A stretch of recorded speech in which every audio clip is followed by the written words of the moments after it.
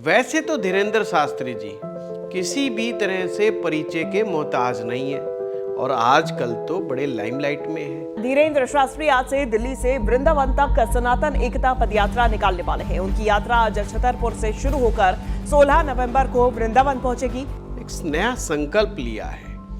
यमुना जी जो बहुत ज्यादा प्रदूषित हो गई हैं, उसकी साफ सफाई का संकल्प और लोगों में चेतना फैलाने का संकल्प। जात पात और भेदभाव को जड़ से हमें मिटाना है, हमें भारत भव्य बनाना है, हमें भारत दिव्य बनाना है। छुआछूत की करो विदाई, हम सब हिंदू भाई भाई। हम इस देश में कास्टवाद नहीं राष्ट्रवाद चाहते। बहुत ही शुभ कार्य है। तो एस्ट्रो पाठशाला की ओर से उनको इसके लिए बहुत बहुत साधुवाद। आज हम बात करेंगे धीरेंद्र शास्त्री जी की कुंडली के विषय पर और केवल मात्र एक टॉपिक, धीरेंद्र शास्त्री जी का अभी तक विवाह क्यों नहीं हो पा रहा है और विवाह हो भी जाएगा तो कैसा रहेगा, वैवाहिक जीवन के बारे में समझने। ज्योतिष हम बताते भी हैं, ज्योतिष हम सिखाते भी हैं, पर आप भी ज्योतिष सीखना चाहते हो और अभी तक कंफ्यूज हो, तुरंत हमारे दिए गए नंबर पर कॉल करें,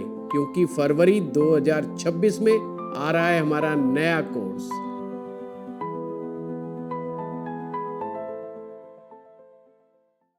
नमस्कार, एस्ट्रो पाठशाला में आप सभी का स्वागत है।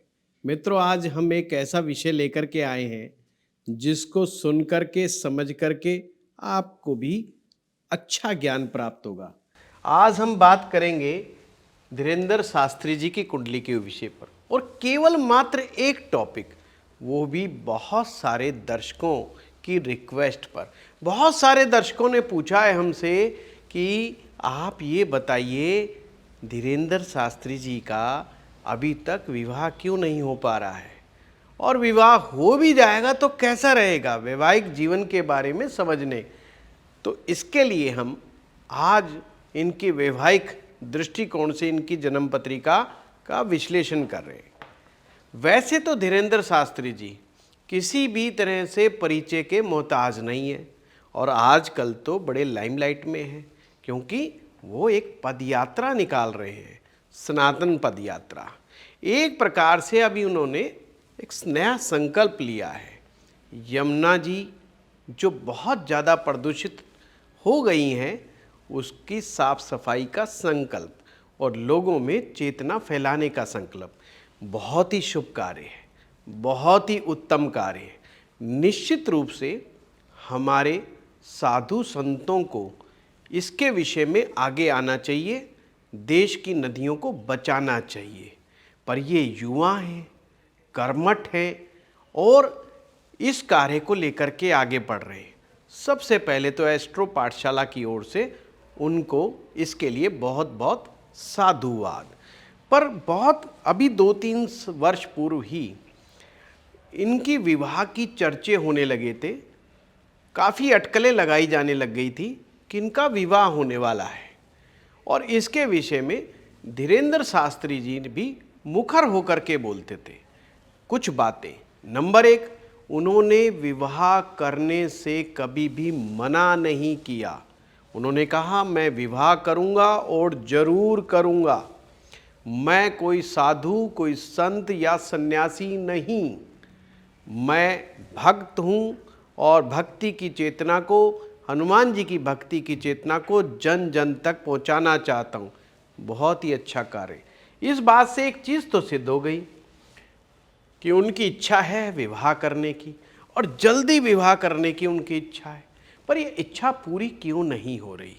क्योंकि अगर हम एक सामान्य दृष्टिकोण से देखें तो देखने में बहुत सुंदर है, वाक्पटु हैं, इंटेलिजेंट हैं, एक कुशल नेता की तरह, मैं तो कहूँगा एक कुशल नेता से भी ज़्यादा अच्छी तरह ये प्रश्नों के उत्तर देते हैं।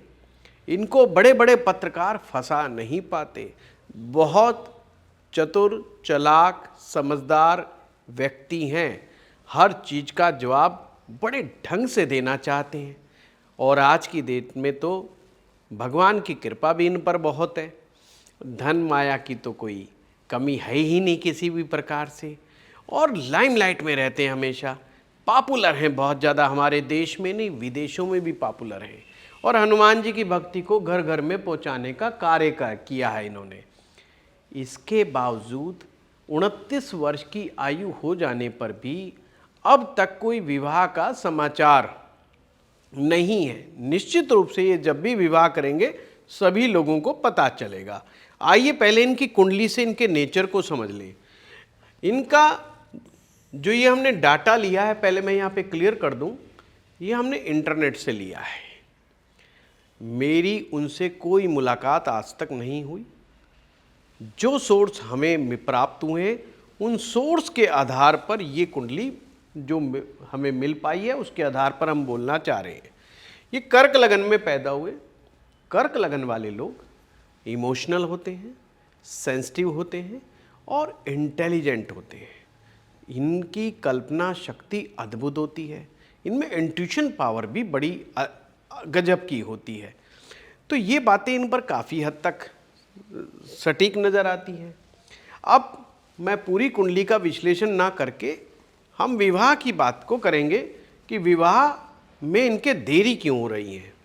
तो मित्रों, मैं आपसे कहूँगा, एस्ट्रो पाठशाला में बहुत सारे ऐसे वीडियोज़ हैं जिनमें हमने उन सूत्रों पर चर्चा की है जिनमें हमने बताया है कि विवाह देरी से क्यों होता है और विवाह के बाद कैसे प्रॉब्लम्स आती हैं।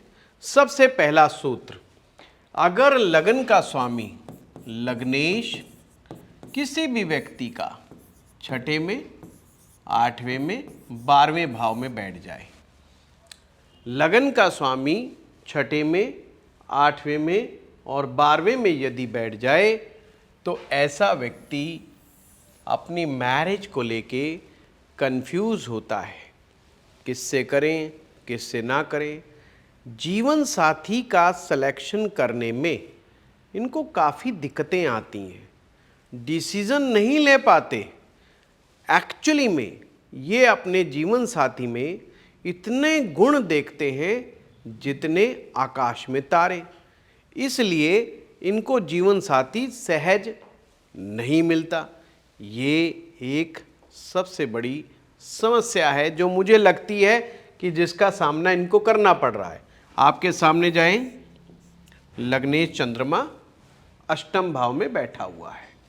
दूसरा बड़ा कारण क्या है, इनकी जन्म पत्रिका के अनुसार 7म भाव का शनि, 7म भाव का स्वामी शनि देव है और शनि भगवान कुंडली के 9वें भाव में, 7म के स्वामी शनि 9वें भाव में बैठे, पर यहाँ पर ये केतु के साथ बैठे हैं। Ketu shows the mistakes in the family life और मैरिज लाइफ।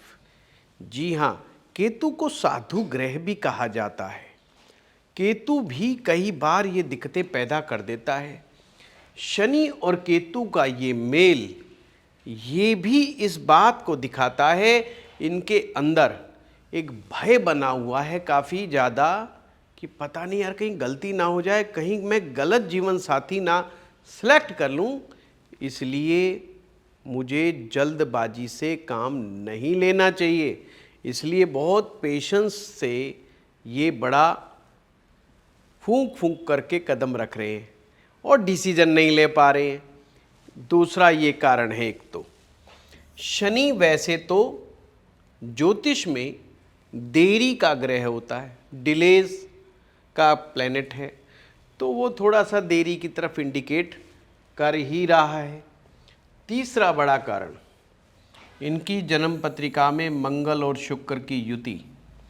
मंगल इनकी कुंडली में 5म भाव का स्वामी है और 4th भाव का स्वामी शुक्र है। चतुर्थेश और पंचमेश यानी कि केंद्र और त्रिकोण का मालिक दोनों एक जगह बैठे हैं। ये युति बहुत अच्छी है, पर हमारा तो मकसद विवाह के बारे में बात करना है।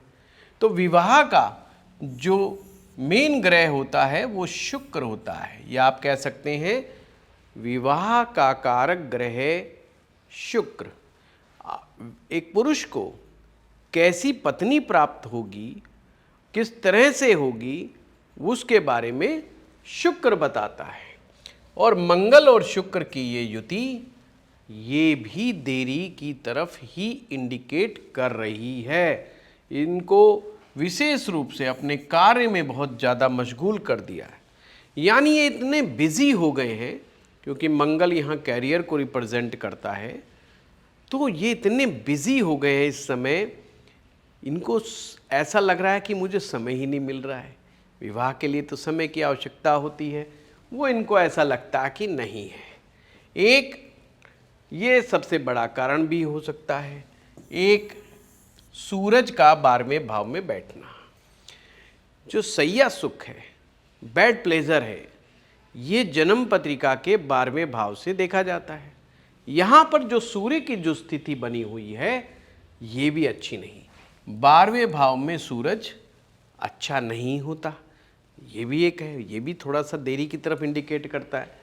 तो आपको ये 3-4 कारण साफ रूप से हमें D1 में समझ में आ रहे हैं।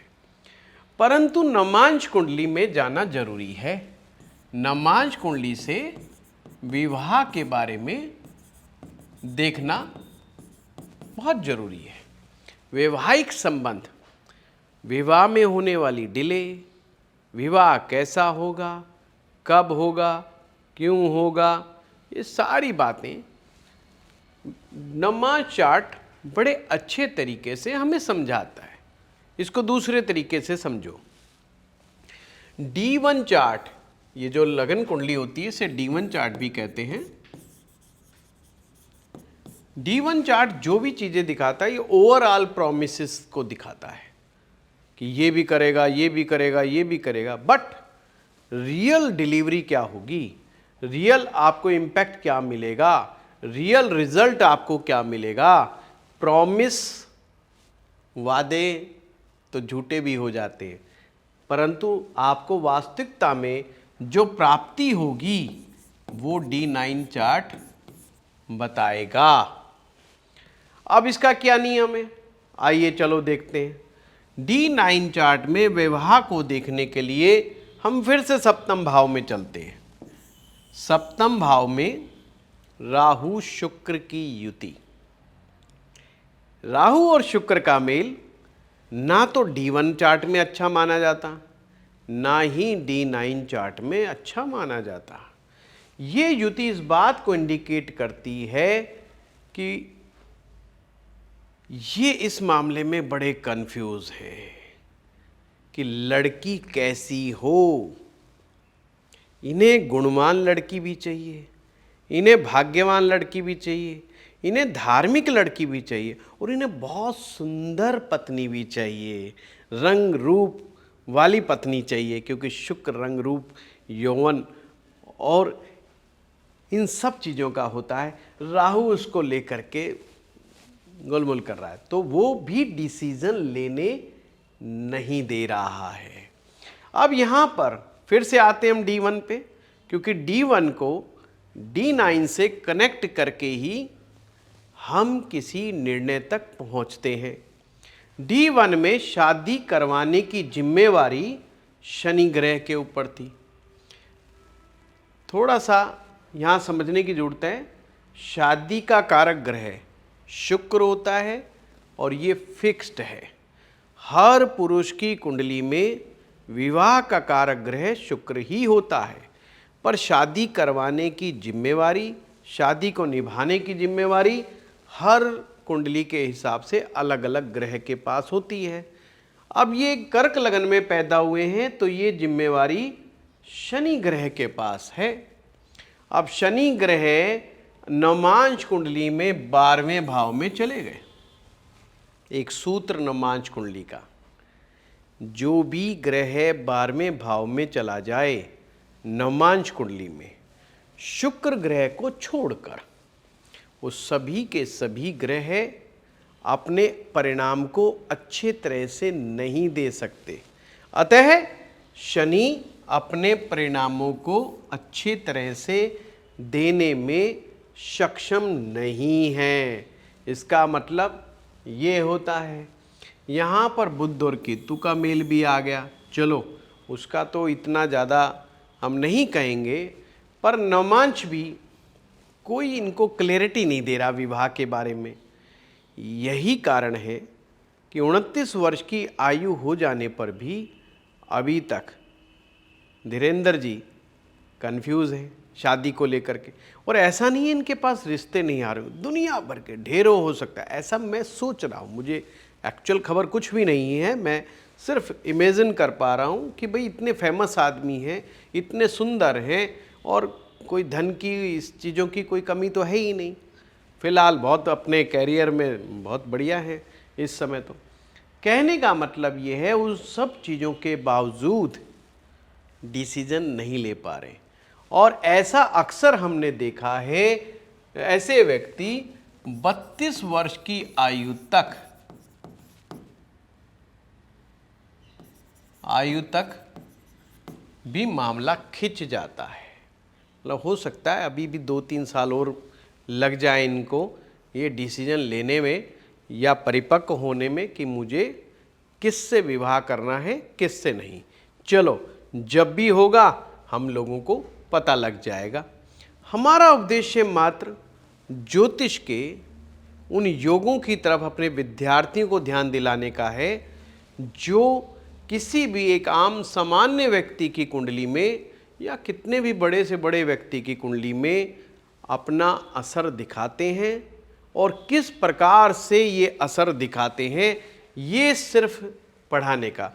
जैसे मित्रों, आप सभी जानते हैं, मैं ज्योतिष बताता भी हूँ, ज्योतिष मैं सिखाता भी हूँ। तो हमारा काम मेन सिखाने का है, तो वही कार्य हम सिखाने में। फिलहाल तो हम यही कहेंगे कि धीरेंद्र जी को कि परमात्मा इन्हें शक्ति दे, और जिस कार्य के लिए चल रहे हैं, बहुत ही सुंदर कार्य कर रहे हैं, जन जन को जगाने का कार्य कर रहे हैं, लोगों तक अध्यात्म को फैलाने का कार्य कर रहे हैं, लोगों को इकट्ठा करने का कार्य कर रहे हैं। और मुझे इन सब बातों से भी उठ कर के ये बात बहुत अच्छी लगी, अगर इनके जैसे युवा लोग सामने आए, नदियों को बचाएं, पर्यावरण के बारे में लोगों को जागरूक करें। सब लोग पैसा कमाने की संधि दौड़ में ये भूल गए, और सरकारें तो सदा से ही भूली पड़ी रहती हैं। उनको पर्यावरण की चिंता है हिंदुस्तान में, ऐसा मुझे लगता ही नहीं। मुझे लगता है कि बस बेचो खाओ मौज करो वाली पॉलिसी हमेशा चलती रहती है, सदा सदा हम तो जब से देखते आ रहे हैं ऐसा है। पर इस तरह से हम कैसे, हमारी आने वाली पीढ़ियां कैसे रह पाएंगी, प्रदूषित जीवन कैसे जी पाएंगी, तरह तरह की बीमारियां हमें घेर रही हैं।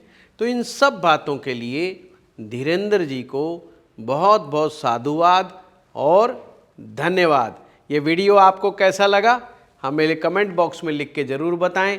आपका बहुत बहुत धन्यवाद।